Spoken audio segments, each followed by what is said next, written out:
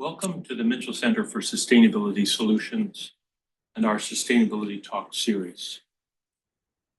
My name is David Hart. I'm the director of the Mitchell Center. It's great to have you with us. Now it's my pleasure to introduce today's speakers, Megan Mansfield-Pryor and Susanne Lee. There are a lot of great faculty, students, and partners who are working together to address some of the complex challenges associated with the sustainable management of materials. One of the most immediate challenges is associated with food waste, in which we're all involved, if you think about it. And like most sustainability problems, that one is connected to many others, including climate change and food insecurity. Today, we're very fortunate to have two amazing leaders with us, both of whom have been doing outstanding work to tackle food waste and other materials management challenges. Megan worked on food waste reduction and recycling efforts at the Maine Department of Environmental Protection for many years, and she's now a waste management policy advisor with the Governor's Office of Policy Innovation and the Future, and that's a part of state government that someone in the Mitchell Center is in conversation with pretty much every week, sometimes many times a week, because it's such an important part of where we're headed in our state in terms of sustainability. And fortunately, they think we're a useful partner as well. Megan is also a counselor at large for the city of Bath, where she serves on the Solid Waste Advisory Committee. Big surprise. It's wonderful to see people like that playing so many leadership roles. Susanne Lee dropped by my office nearly 6 years ago to explore opportunities for collaboration on sustainability issues. It didn't take me long to realize that her depth and breadth of experience as a business executive and her entrepreneurial approach to collaboration made her the perfect person to lead food waste work at the Mitchell Center, and I'm happy to say she's stuck with it right up to the present. If you haven't already met Megan and Susanne and seen them in action, you're about to find out why they are the food waste dynamic duo. Please join me in welcoming them to the Mitchell Center.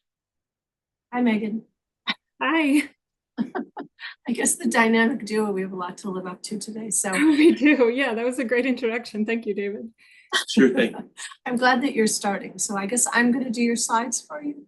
Yeah, if that's okay. I'll just say next every time I'm ready. Okay, terrific. Yeah, and I've already been introduced. So do you want to go next? And I'm just going to give a little overview of the Climate Council to start in case anyone is not familiar. It is co-chaired by the leads of GOPIF, the Governor's Office of Policy Innovation and the Future, Director Hannah Pingree, and Commissioner Loisem from the Maine Department of Environmental Protection. Susanne, you could probably skip just 2 slides if you want. Yeah, I'll just keep talking. Yeah, I can just keep going through the first couple slides are just about the Climate Council. So it was created in by LD 1679 in June of 2019. It had overwhelming bipartisan support, was sponsored by Senator David Woodson and signed into law by Governor Mills in June of 2019. Want to go to the next slide?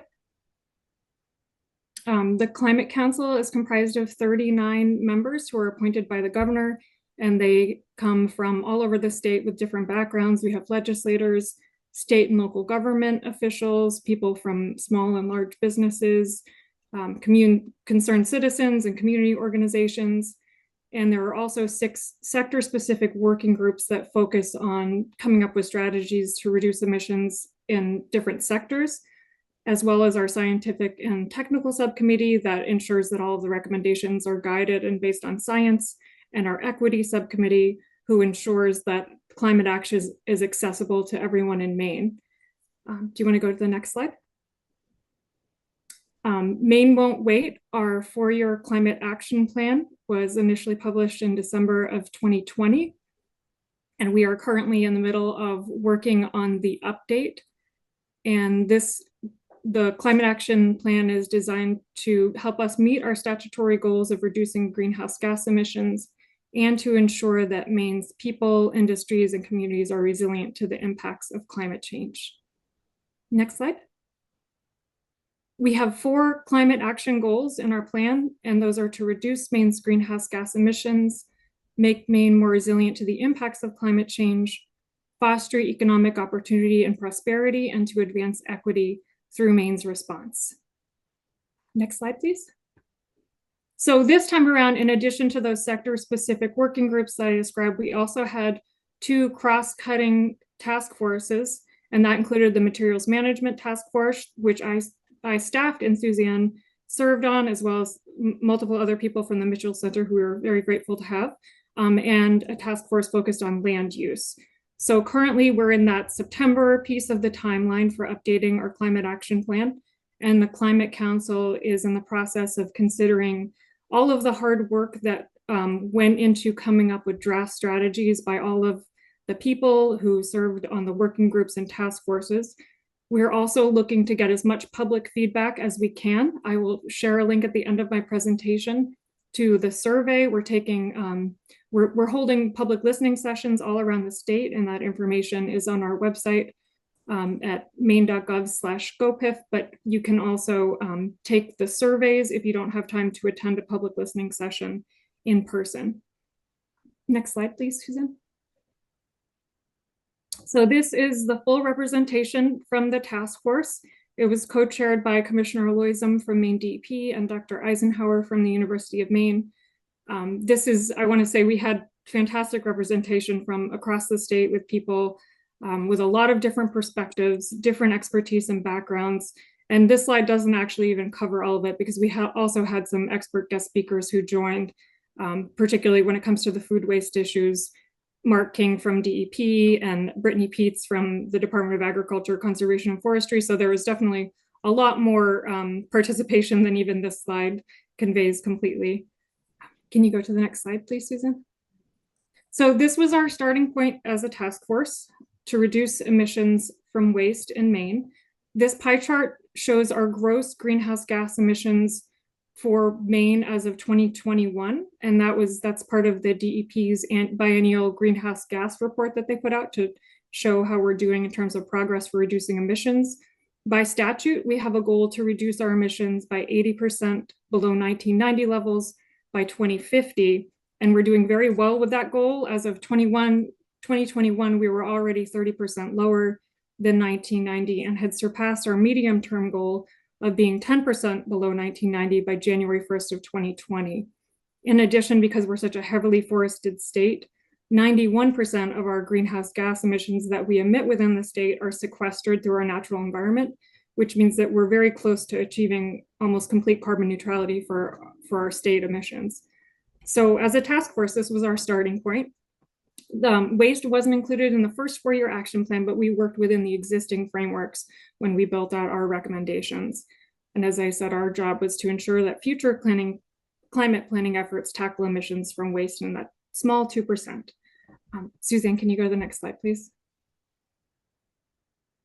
So that is one way of looking at things. It's also been called the snow globe approach. It's the snow globe.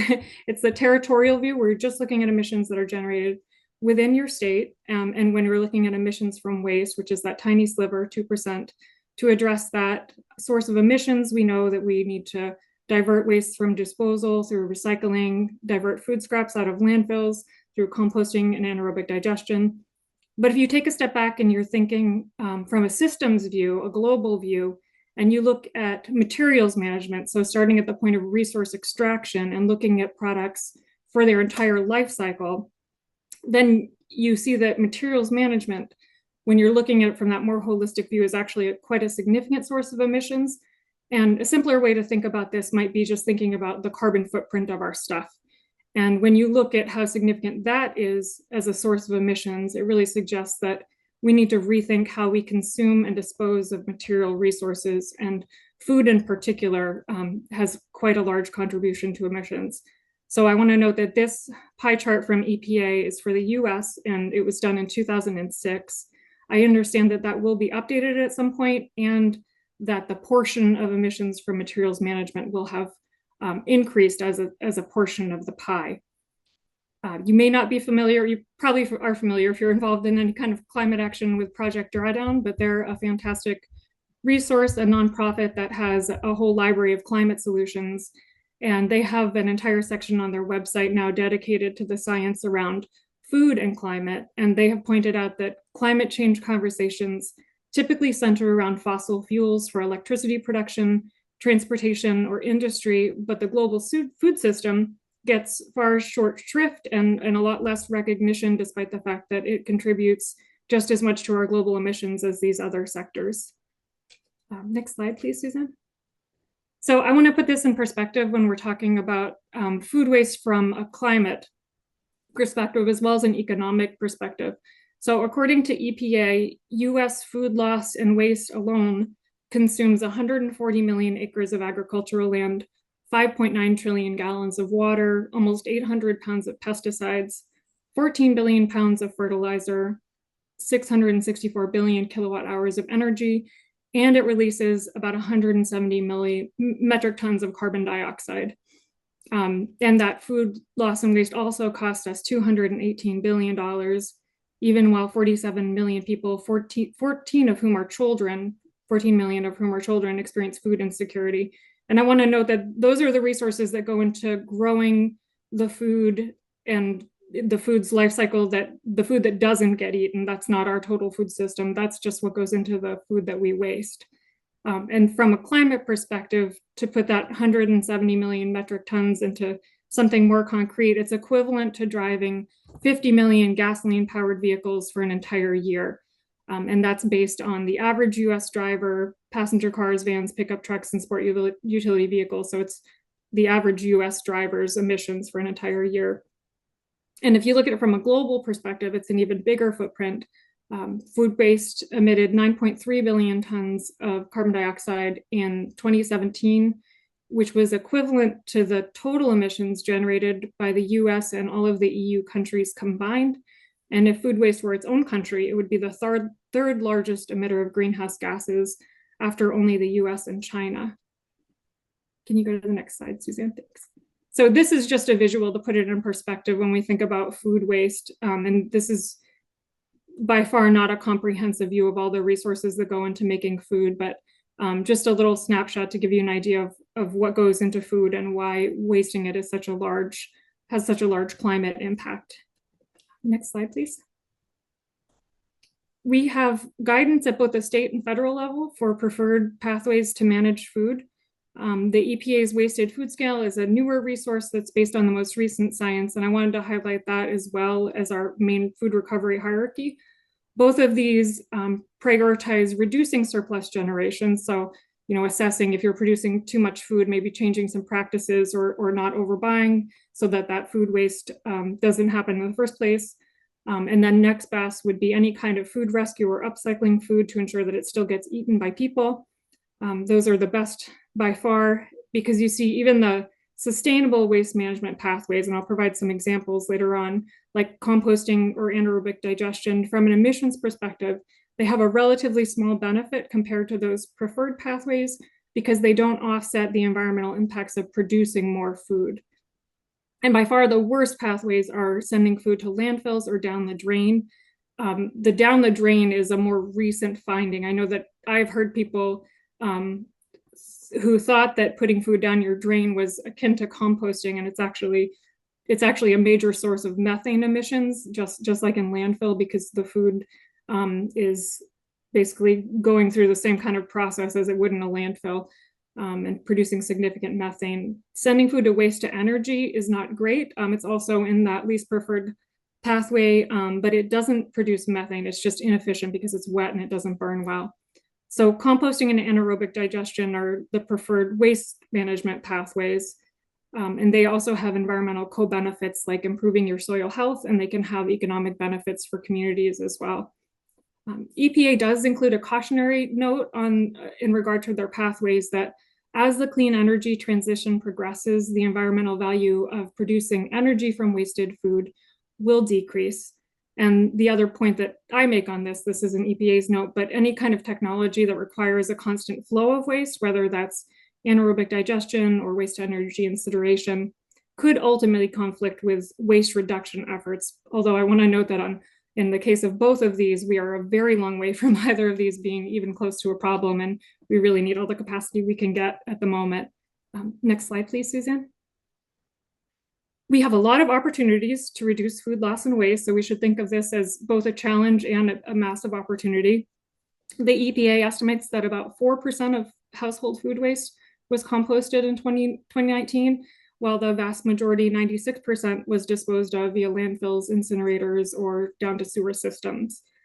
We are fortunate to have a recent study here in Maine, which Susanne did a lot of work on, the 2024 Food Loss and Waste Study.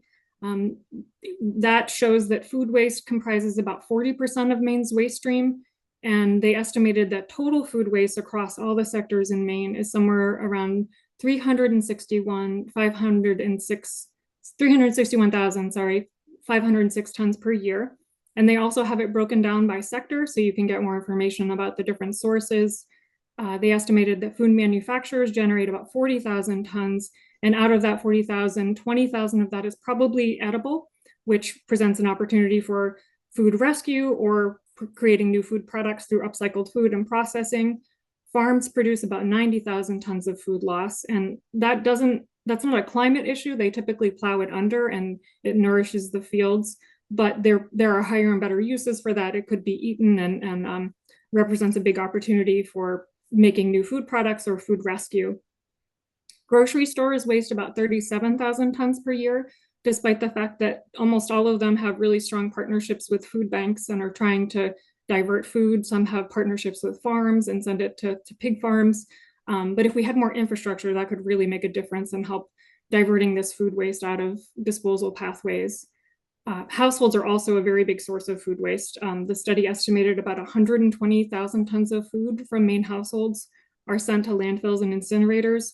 So that highlights, again, a really big opportunity for more municipal food waste diversions, more backyard composting, and a really big need for statewide education on the benefits of reducing food waste. And in no small part to learn about the opportunity for household savings, because right now the average Maine family spends over $1,800 a year on food that never even gets eaten. Next slide, please, Suzanne. So I want to take the Maine specific food waste and put this in the climate perspective. If you're not familiar with the EPA's WARM or waste reduction model tool, it's a really good resource for comparing two different potential pathways for managing a huge variety of materials that often end up in our waste stream. So in this scenario that you're seeing the graph for in front of you, this is based on modeling that tonnage of food. And pardon, there's a typo, it's 361,506 tons of food is what this is based on. And the disposal was modeled in proportion to where Maine's waste actually goes. So we send about 60% of our waste to landfills and about 40% to incinerators. So that's kind of the baseline for disposal that these different scenarios are modeled against. So you can see in blue, source reduction, that would be preventing surplus food from being generated in the first place. You can see that the emissions impact from that is over almost, oh, so sorry. I have a child interrupting. I'm so sorry, excuse me. The life cycle, this is from the life cycle perspective, all emissions that would be generated from the production, use and end of life management of that food would be equivalent to driving 303,000 vehicles for an entire year. The next best pathway, which is food rescue, upcycled food, any sort of pathway that ensures the food still gets eaten, you can see that the emissions benefit of that is almost as high as source reduction, 1,377,756 metric tons of greenhouse gases, and equivalent to driving almost 300,000 vehicles for an entire year. That's the emissions reduction from ensuring that food gets eaten.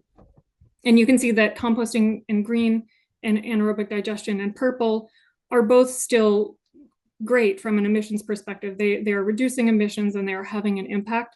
But in terms of the food recovery hierarchy and the EPA wasted food scale, you can see why we have those preferred pathways from a climate perspective.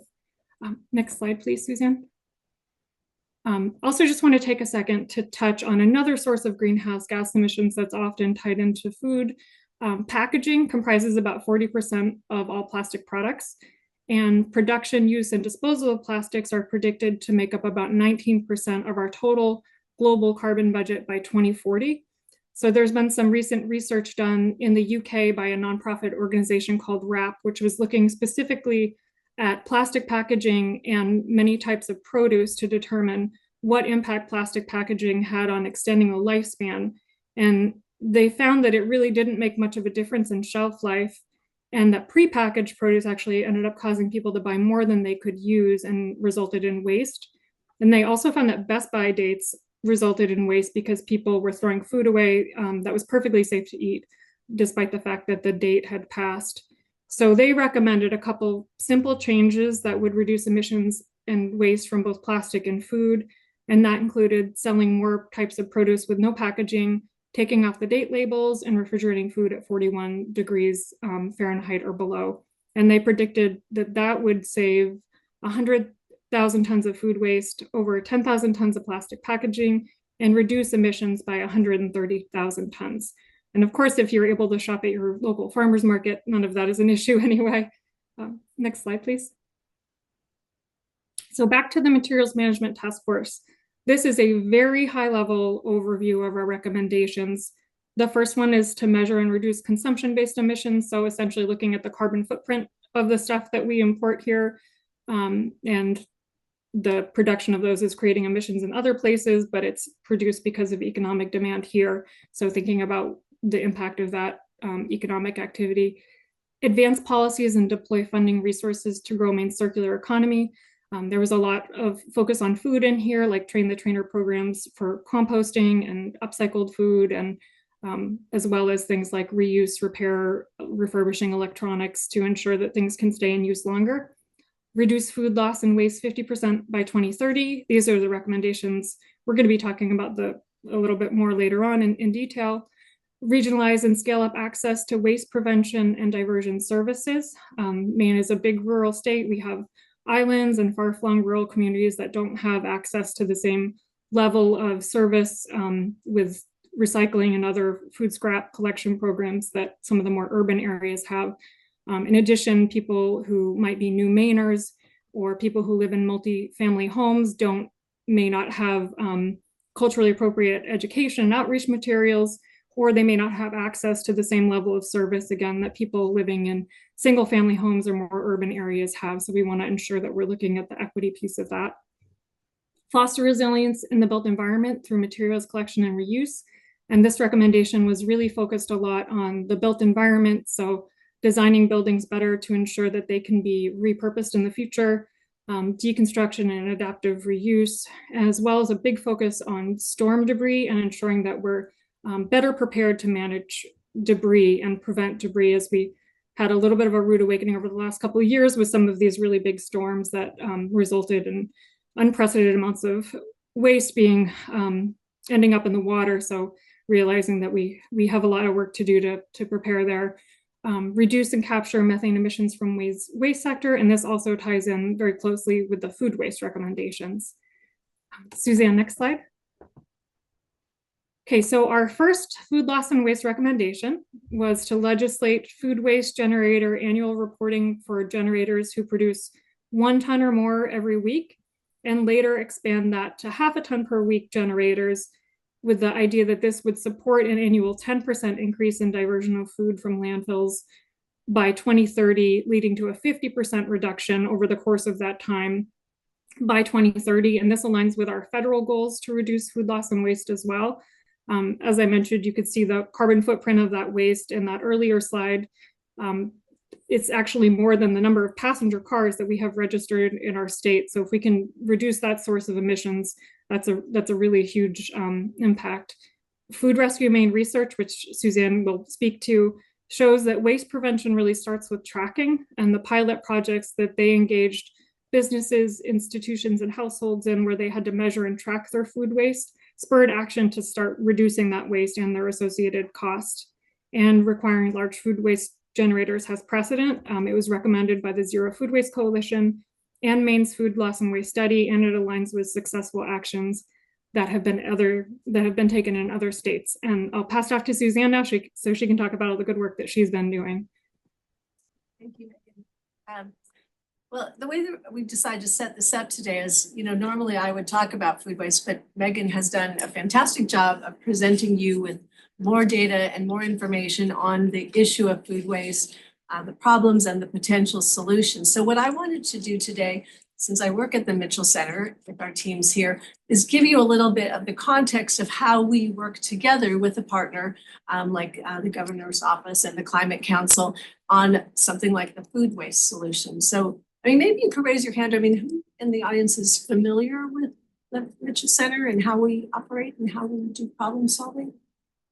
So, okay, well, just a little bit of background then. The Mitchell Center it's a research center for sustainability solutions, and our teams here, as with the food waste problem, work on these wicked complex problems, things that have economic and social and environmental issues all tied together inextricably. And so our approach to that is to put together diverse teams in terms of different majors, all sorts of ages, and different backgrounds. So we believe that to solve these complex problems, it really helps to have a variety of team members involved. And then all of our research work here that we are involved in, or specifically Food Rescue MAINE, is all stakeholder driven. So we won't be coming up with any solutions that seem interesting because we read about them and if it's not of interest to our stakeholders, the communities, the state government, businesses that we work with here in the state, we are not going to look at it because we really depend upon our stakeholders to help guide our work.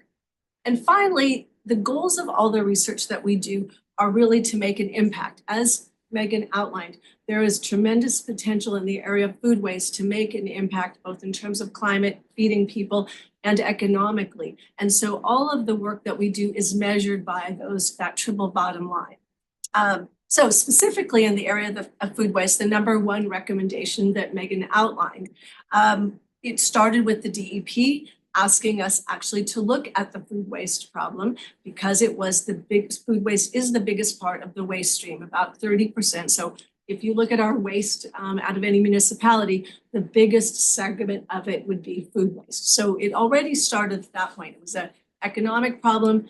People were going hungry here in the state, and yet so much food was being thrown away. So as a result, since 2019, our team, students and faculty, have worked together with our stakeholders to come up with solutions. And the way that we approach it is we try to do pilots to test out what these solutions might look like, to validate them here in the state and make sure that we're really on the right track. So data from these pilots actually help feed into the types of recommendations that Megan is talking about here today. So directly, the 3 recommendations she's going to outline are all supported by the work that's been done by students here working at the Mitchell Center. So first one is we did a pilot. So this is food waste tracking and measuring. And food waste tracking and measuring, like is recommended in the materials management recommendation, has been shown to be one of the top 2 most cost-effective solutions for reducing food waste. If you did this in your home, if you started tracking what you were throwing away in your trash can, if you looked at how much you were throwing away, if you started looking at what types of food you're throwing away, this would really help you cut back. Well, it's no different whether you're talking about a community or a business or the state. So we were lucky enough in our first round of pilots in this area to have the Department of Corrections. It was during the pandemic. There weren't a lot of food service organizations open during that COVID. And so luckily, we had a partnership with the Department of Corrections, and we worked with their correctional facility, Bolduc facility, Maine State Prison, and the Mountain View facility to actually for 2 months to track and measure every day the amount of food waste that they were producing. Now, remember that the prison system, of course, is a very lean operation, so they are not wasting. But what we were able to help them find out through the waste study is opportunities for, yes, saving some money, but even more importantly, some really important programs to help improve the food service, help improve what they were doing with the food they were using. And so that really gave us our first taste of like, okay, this could work. In addition, we went on from there and we had another terrific partner in Northern Light Health. And we worked with their Blue Hill Hospital facility So again, it's impressive that these organizations, while they have really big goals, saving lives, and in the case of the Department of Corrections, also, really important considerations, but they were willing to take on working with our students and working with our teams. And in the case of Blue Hill Hospital, they also found opportunities to save money and opportunities to actually donate more food into the community around them, because there was a lot of good edible food that was being wasted. And one of the big reductions was simply just an operational efficiency with their distributor.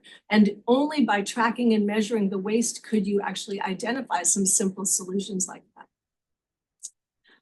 We took this work with institutions and with organizations, and then, as Megan said, this actually applies to home. So we tried for the first time a Maine Home Food Waste Challenge, in which we challenged households in the state of Maine in January of 22 to sort of track their own food waste. We had an online competition set up so that you could sign up online and you could submit every week your week's worth of food waste, how much you wasted each day, what type of food. And each week for the 4 weeks, we would give you tips and ideas for how to reduce your specific household food waste. And we saw over that time that households were able to reduce on average their food waste by 20%. I mean, again, this is really consistent with the overall research that says food waste and tracking is really a cost effective. It didn't cost these households much, but they were really able to gain savings at the grocery store and, better use their food to feed their families at home. So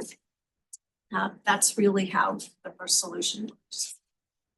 We'll turn it back over to you, Megan, to talk about the second recommendation. Yeah, great, thank you.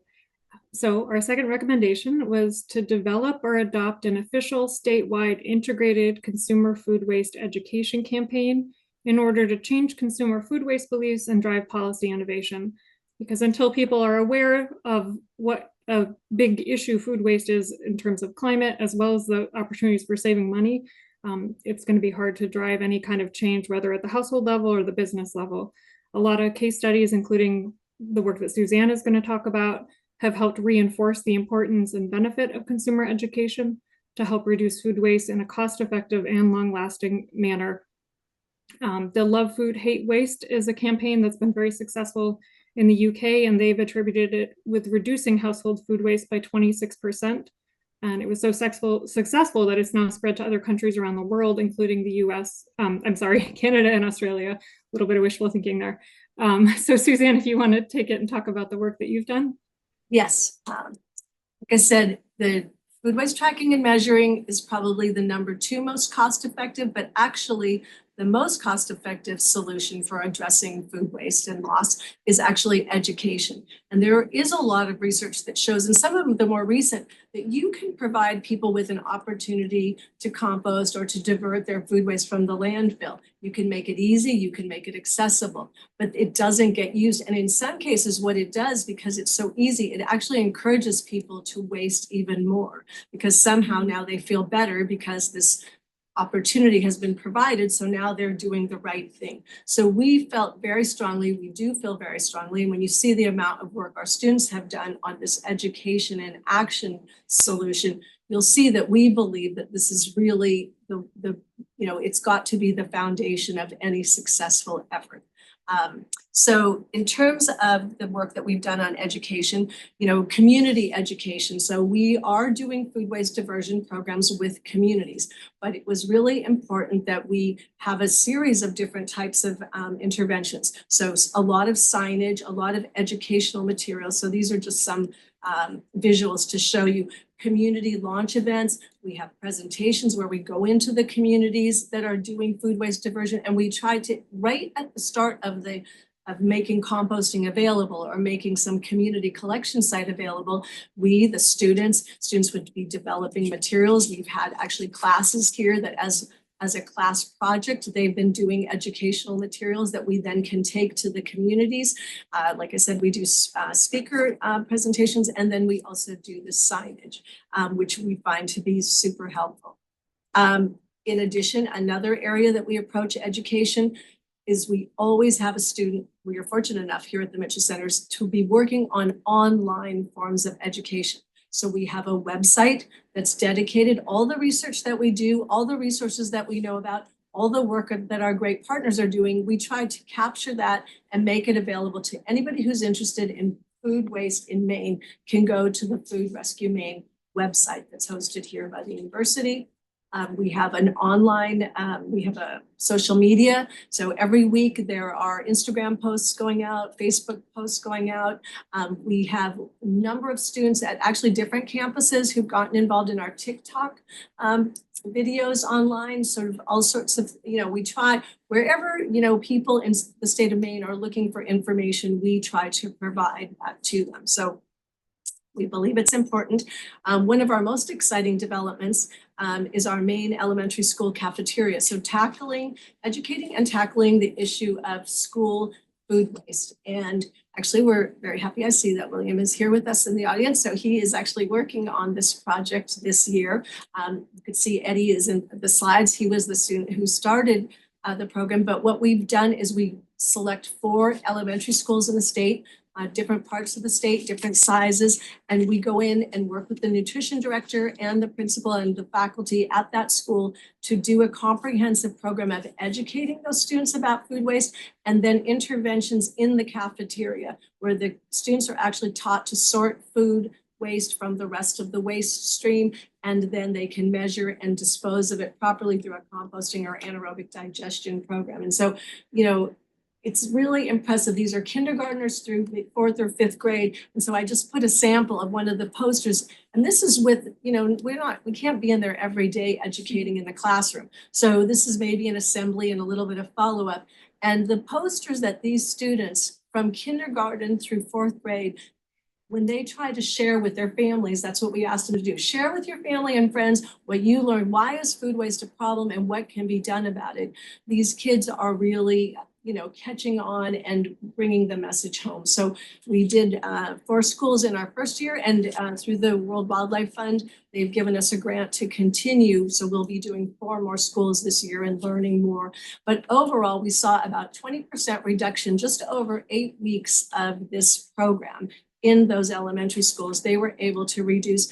And we also measured nutrition uptake, so fruits and vegetables, which at the beginning are where the majority of what gets wasted is the fruits and vegetables. Unfortunately, you might recognize that from your days in elementary school.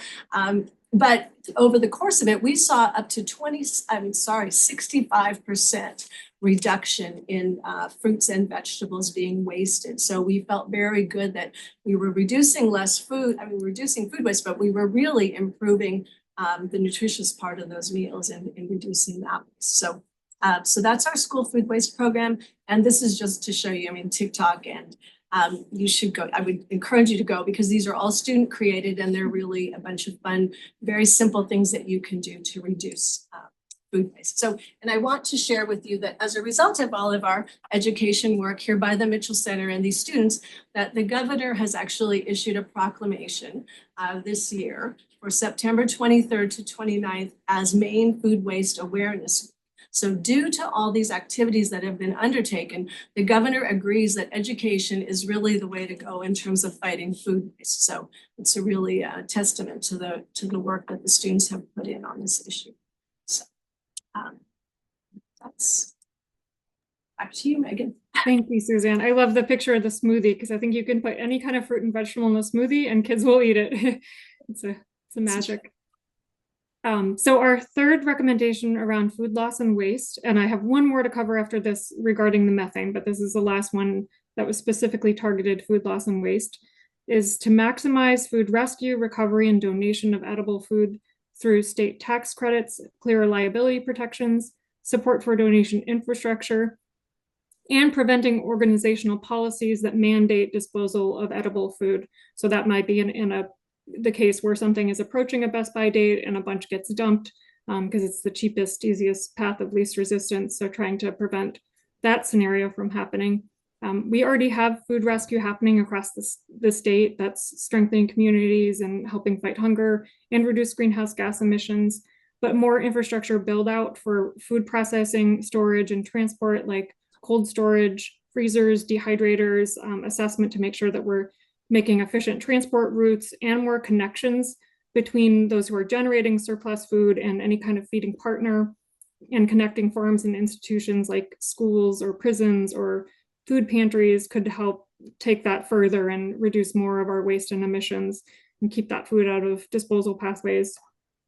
There are federal liability protections for donors, and Maine has a 2022, our food code was updated in 2022 to further support donation, but could consider following in the footsteps of California and Vermont, where they passed additional legislation for liability protections and state tax credits to help boost donation.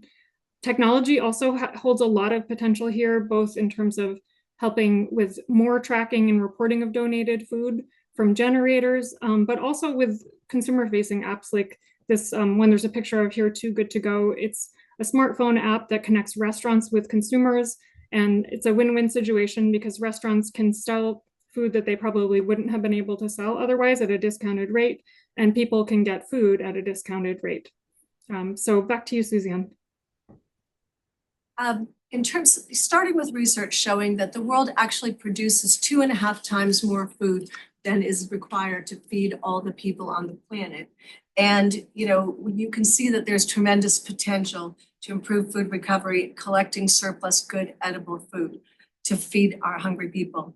With about 40% of the food that is produced in the US, and Maine follows that statistic, we can do better. 40% of the food that's produced is never actually eaten. So we know that we can do better and we need to do better here. And recommendation number 3 addresses that. Some of the work that we've done here at the Mitchell Center with our students has been actually piloting a food rescue and donation program. We were working with a UNE student in this time. She was an intern here for us, but based at UNE. And so they were doing collection of food from the dining hall and taking it to the rescue agency that was located in Biddeford. And they, over like a short time of just a few rescues, were able to provide 150 meals just from the leftovers from their dining hall through a few weeks of this program. So we know that that type of growth is tremendous, or opportunity is tremendous. Here at University of Maine, I'm not sure if you've seen the Black Bear Community Fridge, but that actually is another pilot project of the Mitchell Center, which is doing a similar thing, taking excess food from it's at the student union. So it's taking that excess food that's produced there at the union by Sodexo and packaging it up and making it available to the community every day to be taken for free. So it's really trying to get that surplus that's not being used in the cafeteria and being used to feed people in the community. So we've done a similar thing with community suppers. It works on the same principle, surplus food from that community. There might be, we're doing some work in Machias, and you have fishermen bringing in more, seafood than they can use. And that goes to be the supper that week for the whole community. And what's interesting is that in some cases, this is really intended for the food insecure, but actually I think we've seen the most success where it's just truly a community effort. So the Black Bear Community Fridge here is not, it's open all the time. Nobody's asking you, are you hungry enough to take this food?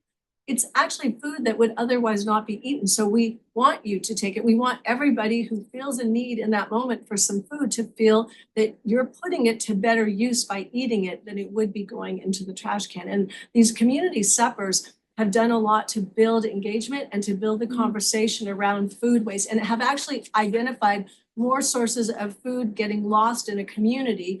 And, again, nobody's asked are you hungry enough to come to the supper? It's for everybody, young and old, across the spectrum. So we feel that all of this shows the tremendous potential of food rescue and donation. And we have, I'm showing Louis Rivette Prefontaine, who is a research postdoc fellow here at the Mitchell Center. And he is right now studying this issue of how to get more of the surplus food, that 360,000 tons that we identified, how to make sure that we lose less of it and get more of it into the charitable food system. So Good Shepherd Food Bank is a partner, along with a number of other rescue agencies. He's here at the Wayside Food Program in the slide. And we also created a food donation toolkit to make things easier for people to donate food. So, so all of this work is really supporting what Megan is talking about.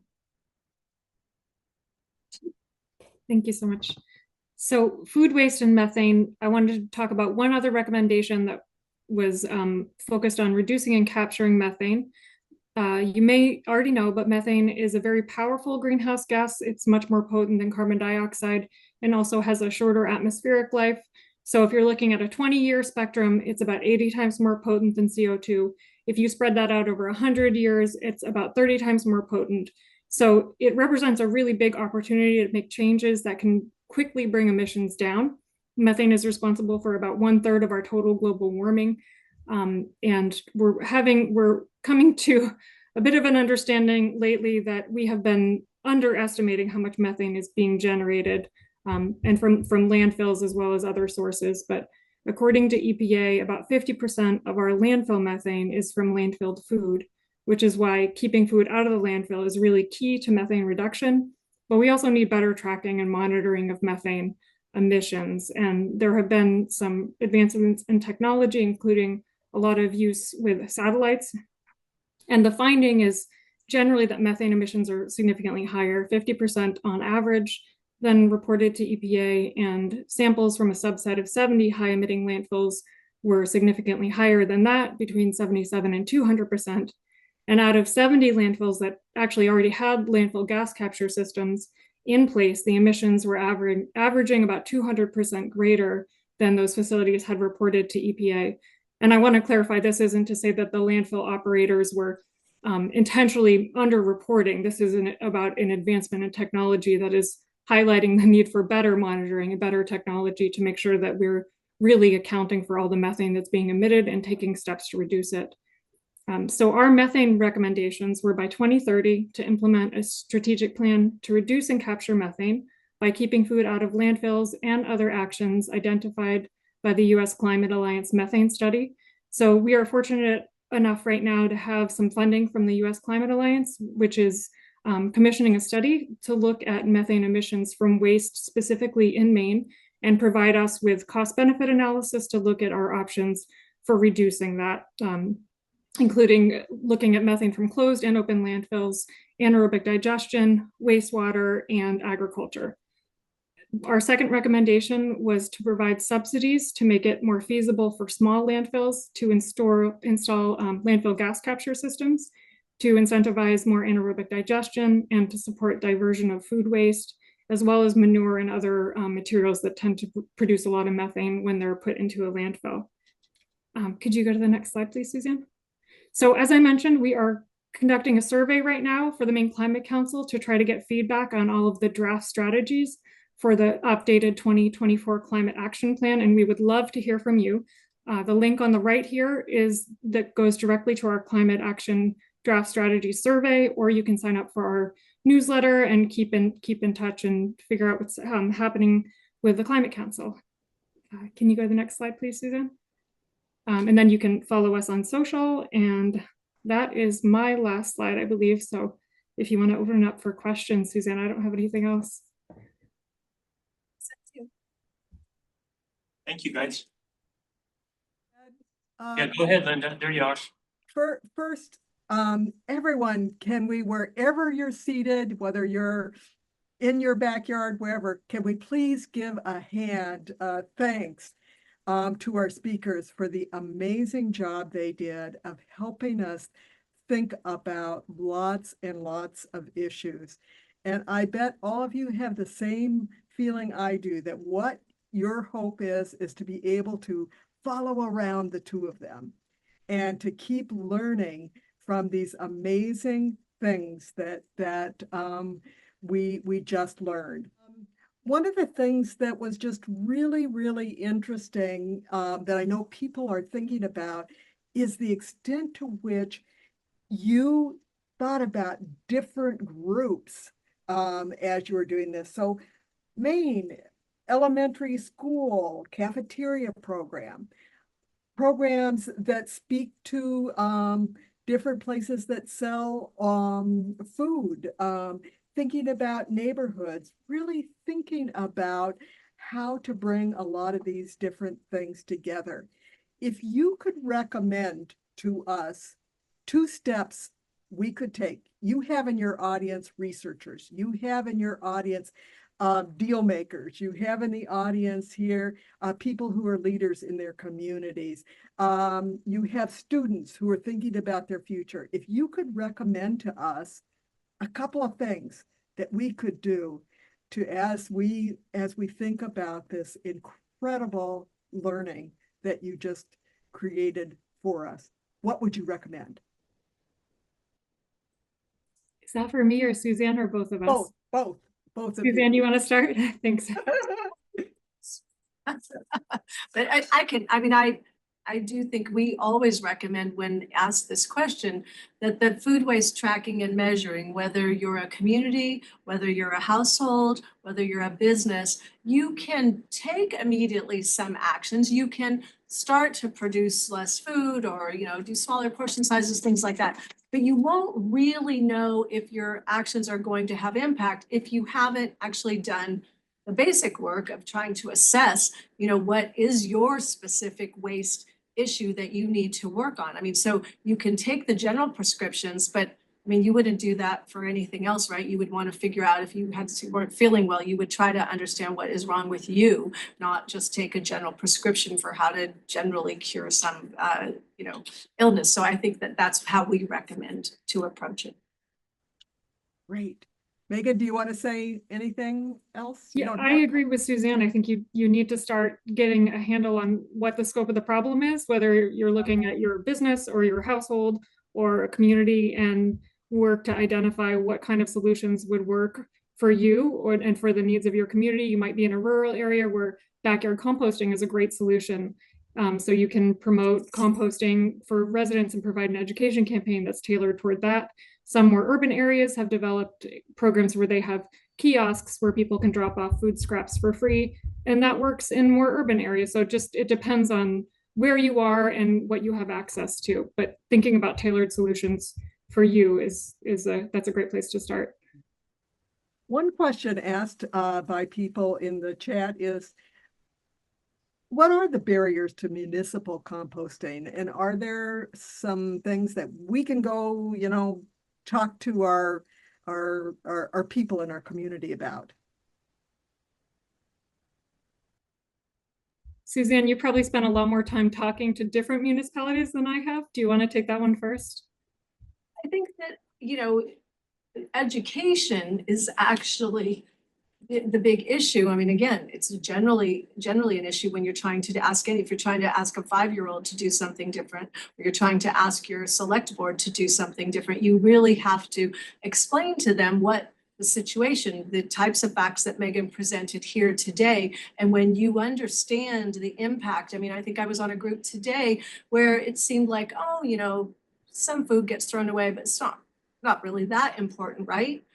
Well, okay, when you think about the magnitude of the amount of food that's being thrown away, and then that the majority is good and edible, and that there are people who are hungry in our state, and that we could actually get this food to them. You start to see, people start, we see this time and time again. I've worked with a school cafeteria kitchens where, they hear we're doing this program, and it's like, oh yeah, whatever, we've heard this before. And, but then we start to do the training, and we talk to them about how there are kids that are hungry, so this food should not get thrown out. And we have share baskets to allow food to be shared from one student who doesn't want to eat it to another student that's still hungry. But when you see a second grader say to you, is it okay if I take home some food for my sibling because we don't have enough food after school? Then you start to see that these programs are important, and that's how you start to change hearts and minds about, making the effort. It's hard to change, right? You already have a waste system in your community. Why should we do, we got those Casella trucks coming through, and why should we start to separate? It just creates a new problem. But so you really need to do the education. Don't ask me anymore though, I could go on and on forever. Well, one of the things that we like, because you can go on and on forever and ever, is to be able to follow you around, and both of you, and to learn from what you're doing. So if we followed you around tomorrow, say, what might we learn? Suzanne, you're the one who's doing more hands-on stuff than I am. I think just again and again that that education is really, especially once you've been working on it for 5 years continually, you can't imagine, because in your head, you're just, you've got all these facts and figures, but there are a lot of people in the state who aren't aware, and that I think we try to get out and talk to all of them. I'm doing an interfaith church group this weekend who there's real links. So we talk about the three, sustainable solutions in terms of economic, social, and environmental. But there's also some faith-based rationale for why you don't want to waste food. And so that just helps more people understand the message and why it's important to take action. Linda, could I do a question from the room? Sure can, yeah. Thank you very much. I appreciate you taking the time to talk with us. As you mentioned, we're approaching December 1st, and I'm sure a lot of people are eagerly anticipating the next climate action plan. And you mentioned that waste wasn't a distinct named priority in Maine Won't Wait, is how I understood what you were saying earlier. Not that it's not a priority, but it didn't get its own section. This is probably a little bit more than speculation coming from you, but do you anticipate that changing in the next 4 years, or do you think that this is kind of the appropriate position for waste as we consider the climate plan holistically? So thank you for the question. And to be clear, the 2020 climate action plan didn't include waste priorities. There were a couple other waste pieces in the Lead by Example initiative for the state, but this Maine Won't Wait 2024 plan we had the Materials Management Task Force that convened to come up with recommendations specifically to come up with, to reduce emissions from waste. So yes, the Climate Council may not adopt every single recommendation that our task force produced, but I do anticipate that there will be something related to waste that goes into the 2024 final version of our climate action plan. I don't think it's going to be its own chapter. I think it will be it's a cross-cutting issue, like the land use. A lot of this stuff, it doesn't fit neatly in one bucket. So it's going to be tied into other like material throughout the plan. If that I look forward to reading it. Thank you. Thank you. So I think we're probably at time, but if anybody either in the Zoom world wants to send something in the chat that we can pass on to the speakers, or in the room here, please feel free to come on up. But let's thank our speakers one more time. Say one more thing? Yeah, go ahead, Linda. Just that central to the theme we all heard today was weaving together knowledge. And that's one of the things we should take home and think about. Who can we talk to about what we learned? How can we ask questions? And now let's give them, hey, this was a wonderful talk. And as we all leave today, start talking to other people about what we learned and make it a part of the Maine hello. Thank you so much. Thanks, Megan. Thanks a lot. Take care.